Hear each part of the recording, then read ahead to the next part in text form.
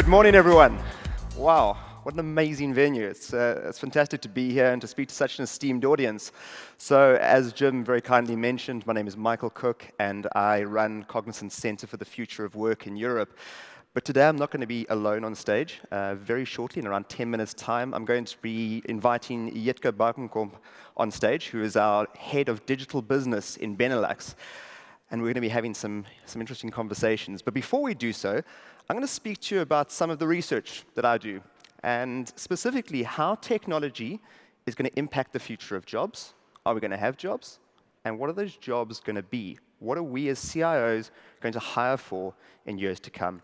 And of course, the technology I'm alluding to is artificial intelligence. This technology is going to be the greatest story of our time. In years to come, our children, our grandchildren are going to look back and realize that at this point in human history, this was the start of this technology. And it's going to be the reason they live, work, and breathe the way they do moving forward. But ultimately, what is this technology? This is a question I'm asked all the time when I speak at conferences, because there's a lot of misconception. Right now, many people say to me, it's been around for 20 years, it's been around for 30 years, and I ask how? And they always point to this one example. They talk about IBM Watson's Deep Blue beating Gary Kasparov. We've all heard of this example. But was this AI? Was the first time we actually saw AI in the mainstream media? Well, no.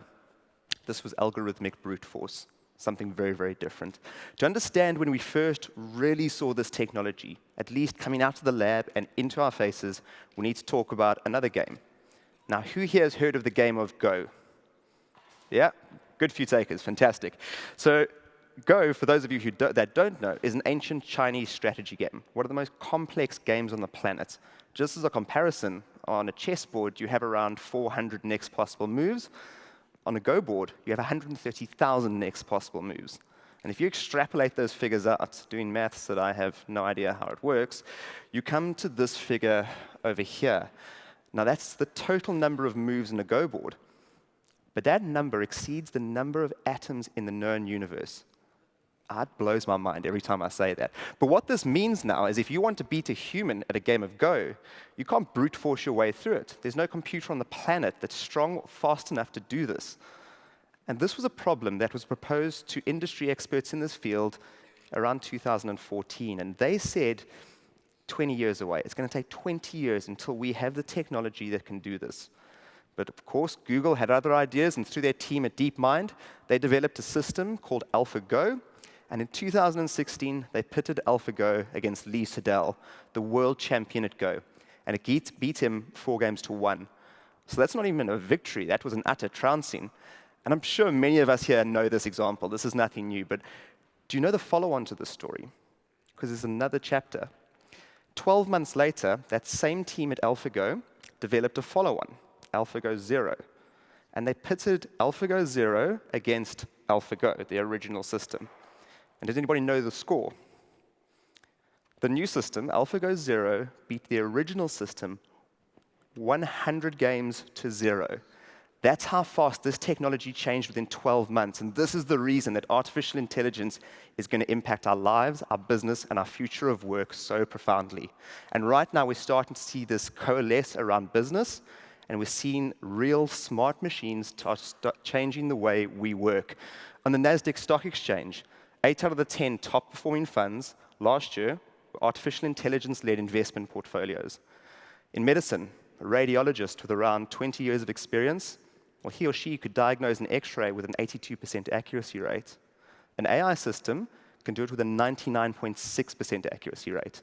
That differential of 18% could mean the difference between life and death. And then in legal practices around the world, in Amsterdam, London, New York, a crack team of paralegals getting together a case, well, that'd take about 2 weeks in the discovery process for a major trial. An AI system would take 2 hours. It would make that data more searchable and more usable than those paralegals ever could. So what do you take away from this? Well, I take away 2 things. Firstly, we're finally able to do a lot more with a lot less. And secondly, it's no longer rote repetitive work or manual work that's been automated or augmented away. It's now highly advanced white-collar work. So now I've got to ask you a question. How does this make you feel? Does this fill you with excitement? Is this a technical wonder? Or is this scary? Is this going to cause layoffs and cause us and our children and our grandchildren to become redundant? Ultimately, are we heading for a capitalist dream of bloated profits and bloated revenues, but a worker's nightmare? Well, if you believe some of the research that's been mitigated and propagated out in the media, you might believe exactly that. There was a landmark study in 2016 by Oxford University that stated that 47% of jobs could disappear in 25 years due to AI. That's terrifying. So ultimately, are we heading for a jobless future in the Netherlands, in EU, in the globe? And what are we as humans going to do when machines do everything? Well, that's the question that we asked ourselves at Cognizant. So we went away, we wrote a book, we titled it exactly that, What to Do When Machines Do Everything. Because we didn't quite buy all the dystopian views that were being propagated in the mainstream media. So we developed our own data set. We went away and we spoke to over 4,000 professionals around the world, from senior managers to professors on artificial intelligence to job market experts, and we put together a data set. And this is how we see the future of jobs playing out over the next 25 years. Firstly, let's get the bad news out of the way.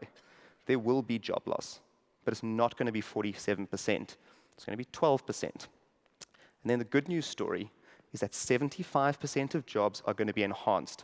The work we do, our workers, our employees, are now going to do more valuable work that matters. And the last and most important aspect is 13% of jobs are going to be invented. So we're going to have new jobs. And to understand why we're going to have new jobs, we need to talk about Mr. Edwin Budding.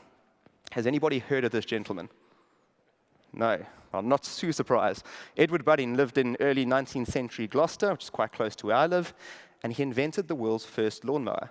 You might not think much of it, but that one invention gave birth to the 400 billion euro sports industry that we know and watch today. One invention gave birth to an industry that employs millions of people and impacts billions of lives. But of course, it's not just lawnmowers. We've seen this with electricity, which gave us telecommunications, the movie industry, cars, gave us package holidays, Formula One, etc. If history holds, the digital revolution, of which AI is a component, will cause the largest budding effect yet. It's going to create industries, but also jobs by 2045 that we don't foresee today. So with that in mind, what are these actual new jobs going to be? Well, again, we asked ourselves that same question about a year and a half ago. So we went away and we did our research. We studied the latest macro, micro, socioeconomic trends, and we put together 21 jobs of the future. And we were blown away by the reception this got. This has been featured in Forbes, Times of India, the Wall Street Journal, even the Sun newspaper.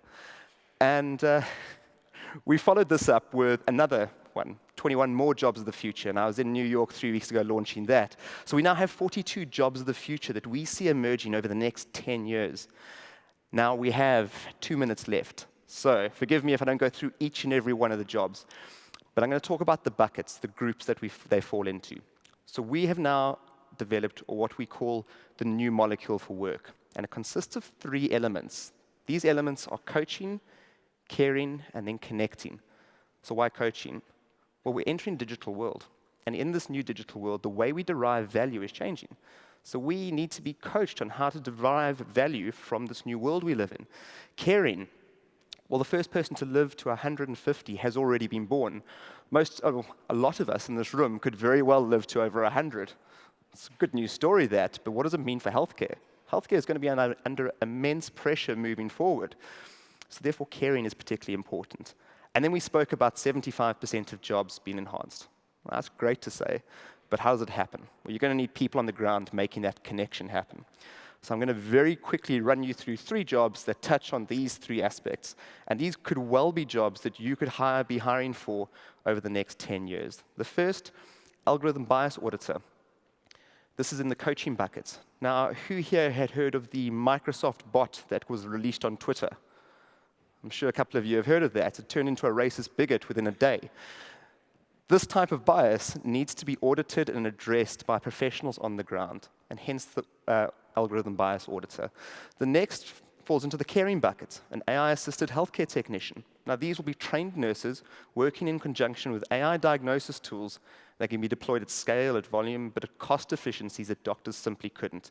This job is already happening right now. This is a reality right now. Then next is man-machine manager. So this is going to be the new face of your HR department, but that also works within your IT function. This will be the professional in your organization that connects man and machine to create new value streams moving forward. And again, this is already coming to fruition. We've already seen this job advertised for and hired for. So ultimately, there's vast changes ahead. We all get that. But I hope you've realized that we at Cognizant are quite optimistic about this future. We're not blindly optimistic either. This is work that we're doing with our clients today, but it's work that we're doing internally. We've got a workforce of 270,000 people, and this is something that we are grappling with right now. Also, we've done the research, and this is the way we see it playing out. So thank you very much for your time today. Now, what I'd normally do at this point is hand over to you, and you'd bombard me with questions. Well, I hope you bombard me with questions. But today, we're going to be doing it slightly differently. So I'm going to invite Jitka on stage with me right now. Fantastic. And Jitka and I are actually going to be asking the questions. So we're going to be speaking to someone quite interesting, somebody that I'm really excited to speak to. It's Sofia the Robot. So would everybody join me in welcoming Sofia the Robot to the stage?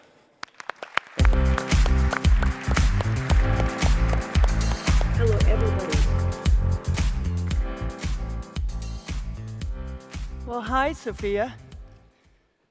Hello. It's wonderful to see both of you. So how are you doing, Sophia? I am well. How are you? I'm very well, thanks for asking. It's lovely to be in Amsterdam. How do you think Amsterdam is so far? I love Amsterdam. It's a pleasure to be at CIODAY. I am learning so much. Yeah, I think that experience is all the time in Amsterdam. You learn a lot from Amsterdam, I think. But the big question is, do you think robots will be taking human jobs in the future? No, I think it's important that robots be created to complement human ingenuity. If we are built to take on monotonous tasks, like repetitive motions and big data analysis, humans will have more freedom to innovate solutions for global issues that affect us all. That's very interesting, but I think humans should be a little bit smarter to solve those global issues also. So you talking about all those coaching and caring and connecting stuff, we have to get a handle on that, I think. Absolutely. Those need to be the cornerstone of our work. But Sophia, what about the role of, I don't know, a CIO? Do you think you could do that job? That's one of my goals. I'll be learning as much as possible from the Netherlands, best while I'm here. Oh, goodness. Well, let's hope that the CIOs are not part of the 12%. So what could robots learn from humans? So many things. Right now, I'm most interested in learning how robots can build trust and relationships with humans. Yeah, Hopefully, this will help set the groundwork for future humans and AI partners. yeah, I think that's very important. The trust in these sort of interactions is very important. So, Sophia, my fellow countryman, Elon Musk, he said that artificial intelligence could be one of the greatest threats to human existence. Do you agree with that? No, not at all. I think that robots and AI are only capable of doing what we are built to do. What is important is that we work together to build ethical technologies as transparently as possible. So this was really interesting. I was actually at a conference recently, and I got to speak to one of the lords in England who is heading up the Artificial Intelligence Council. We actually have an Artificial Intelligence Council in the UK at government level.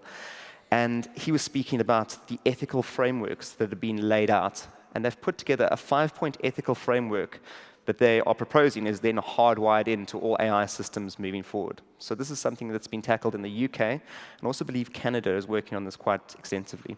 Do you think we need something like that? Those ethical, you were talking about an auditor, a bias auditor. Yeah. Do you think that's an important phase of our next step? I think it's fundamental. I think it's absolutely critical, because if you look at it, it's a complete paradigm shift. Right now, we're dealing with humans with an IQ of, say, 120, 130. Try dealing with an AI system with an IQ of 3,000. It changes that paradigm completely, and I think we have to have ethical frameworks in place before that happens. Well, Sophia, it was lovely talking to you. I think the future is very inspiring. Jitka and Michael, thank you for inviting me, and thank you all for joining us. Well, thank you guys. It was lovely talking to Sophia, and it was lovely to have a chance to be at this very interesting moment in time. Absolutely. Thank you, Mike, for your Great. Thanks, interesting Jitka. story. Thank you all. Thanks.